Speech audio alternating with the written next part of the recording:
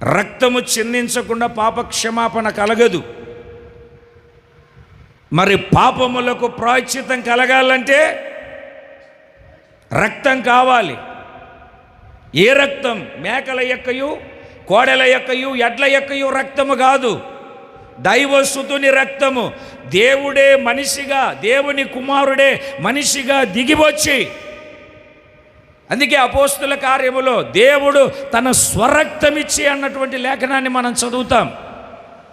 మనందరి కోసం ఆయన రక్తాన్ని కార్చాడు, రక్తాన్ని చిందించాడు.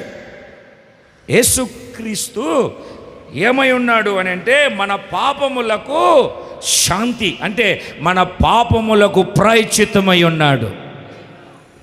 ఇంకా కింద వాక్యాన్ని చదివితే మన పాపములకు మాత్రమే కాదు, మరి కొట్టాలి కదా గట్టిగా,